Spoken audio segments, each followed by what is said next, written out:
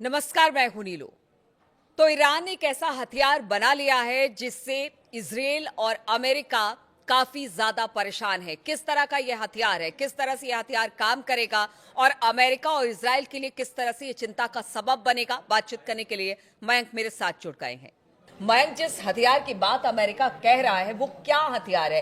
क्योंकि अभी तक तो हमने बड़े बड़े हथियार देखे, बहुत सारे देशों के पास देखे, लेकिन इसमें ये अलग क्या है? ये किस तरह का हथियार है? देखिए, पेंटागन के चीफ स्पोक्स पर्सन हैं शॉन पार्नेल। इन्होंने एक प्रेस कॉन्फ्रेंस के दौरान ये बात कही है कि Iran is developing plasma weapon technology. अच्छा। अब हम जिस चीज़ की बात कर रहे हैं इसकी बात पहले कभी नहीं हुई है। हम पहली बार ईरान को लेकर इसकी चर्चा कर रहे हैं। देखिए, ये पेंटागन के जो चीफ स्पोक्स पर्सन हैं शॉन पार्नेल, इन्होंने कहा है कि ईरान जो है वो प्लाज्मा वेपन टेक्नोलॉजी बना रहा है। और उन्होंने आगे कहा, we do not rule out the existence of such technology. देखिए, ये अब हमको ये समझना होगा कि सबसे पहली बात कि ये प्लाज्मा वेपन टेक्नोलॉजी है क्या और इससे बने हथियार कितने खतरनाक हो सकते हैं। ऐसा कहा जा रहा है कि ईरान जो है उसने पिछले 5 सालों से इस प्लाज्मा वेपन टेक्नोलॉजी पे काम करना शुरू कर दिया था। खामेनेई ने इस पे काम करना शुरू कर दिया था और अब ईरान बहुत करीब पहुंच गया है इस वेपन को बनाने में। और अगर ऐसा हो जाता है तो ये अमेरिका और इजराइल के लिए एक बड़े सदमे से कम नहीं है। ये बेहद खतरनाक वेपन होता है और इससे आप ये कहिए कि बहुत बड़े पैमाने पर तबाही मचा सकती है और ईरान इसके बाद निश्चित रूप से एक सुपर पावर के रूप में ईरान की गिनती होने लगेगी अगर हथियारों की बात होगी तो। देखिए, मैं आपको पहले सरल शब्दों में समझाऊं कि प्लाज्मा वेपन टेक्नोलॉजी है क्या। हाँ, बिल्कुल। देखिए, जैसे आपके पास एक बर्फ का टुकड़ा है ना, उसको आपने गर्म किया, पानी बन जाएगा। उसके बाद और गर्म किया तो वो भाप बन जाएगा। लेकिन जब आप उसको और ज्यादा गर्म करेंगे तो एक स्टेट में वो पहुंच जाएगा जिसे कहते हैं प्लाज्मा। ये 4th स्टेज होती है किसी भी मैटर की। जैसे आपने अगर फ्लोरेसेंट जो कलरफुल लाइट्स होती हैं, फ्लोरेसेंट लाइट का जो कलर है वो देखा हो, या आपने इमेजेस में कभी सूर्य को देखा हो, उसके आसपास अगर आपने कभी वीडियो में देखा हो तो किस तरह की चीज दिखाई देती है, ये होती है प्लाज्मा।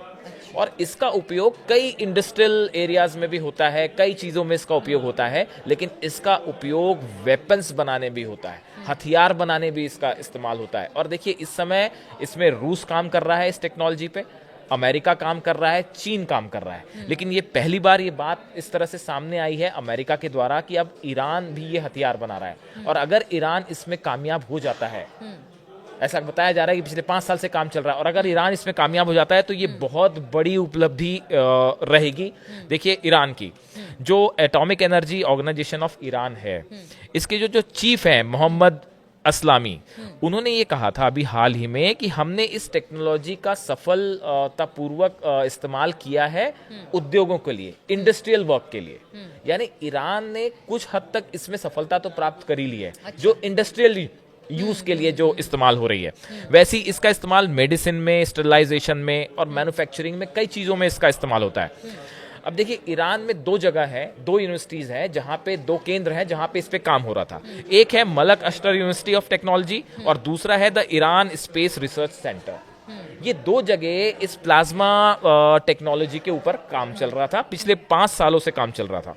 और अब जो है ऐसा बताया जा रहा है कि देखिए, अमेरिका का कहना ऐसा है, जो उनके स्पोक्स पर्सन हैं शॉन पार्नेल, उनका कहना है कि हमारे पास अभी इसका कोई सबूत नहीं है।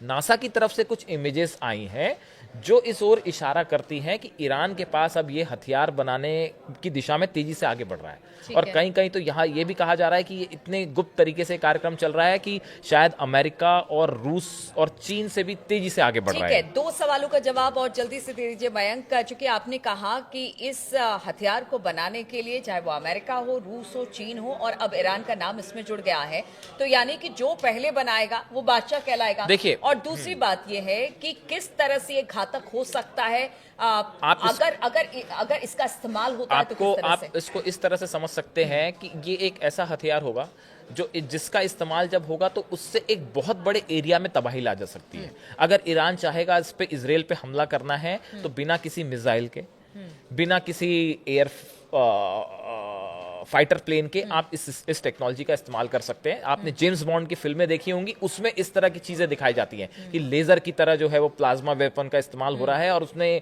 बहुत बड़े एरिया में जो है वो आग लग जाती है या बड़ी तबाही आ जाती है। तो ये टेक्नोलॉजी देखिए, अमेरिका इस पे काम कर रहा है, US defence advance research project agency जो है वो इस पे काफी समय से काम कर रही है।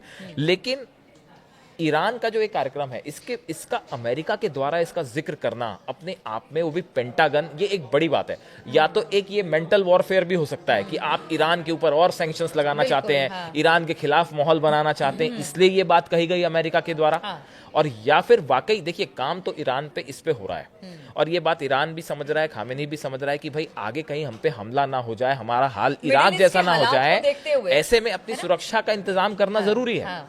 और इस लिहाज से ईरान कई ऐसे हथियारों के प्रोजेक्ट्स पे काम चल रहे हैं, चाहे वो मिसाइल हो, चाहे वो न्यूक्लियर बॉम्ब्स हो, चाहे वो उसका ये जो प्लाज्मा टेक्नोलॉजी हो, ताकि आने वाले समय में अगर अमेरिका या इजराइल से हमला होता है तो करारा जवाब दिया जाए। ऐसे में ये प्लाज्मा टेक्नोलॉजी जो है, वेपन टेक्नोलॉजी, अगर ईरान आज नहीं और अगले मान लीजिए कुछ सालों में अगर इसको हासिल कर लेता है तो इसमें कोई शक नहीं है कि मिडिल ईस्ट में फिर ईरान को हराना असंभव होगा। बिल्कुल, तो ईरान को हराना असंभव होगा। जिस तरह के हथियार की बात अमेरिका कर रहा है, क्या वाकई ऐसा है कि ईरान इसे बना रहा है, तो बड़ी चिंता का विषय है। चलिए, इस खबर पर लगातार हमारी नजर बनी रहेगी, तमाम डेवलपमेंट्स लेकर हम आपके लिए आते रहेंगे। फिलहाल हमारे साथ जुड़ने के लिए बहुत बहुत शुक्रिया।